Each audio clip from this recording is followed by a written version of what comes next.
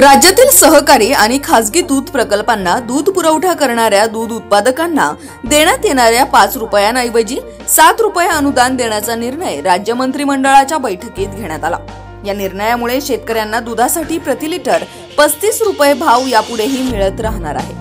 दूध संस्था दूध उत्पादकांना प्रति लिटर 28 रुपये देतील, तर शासन वरील 7 रुपये अनुदान देईल।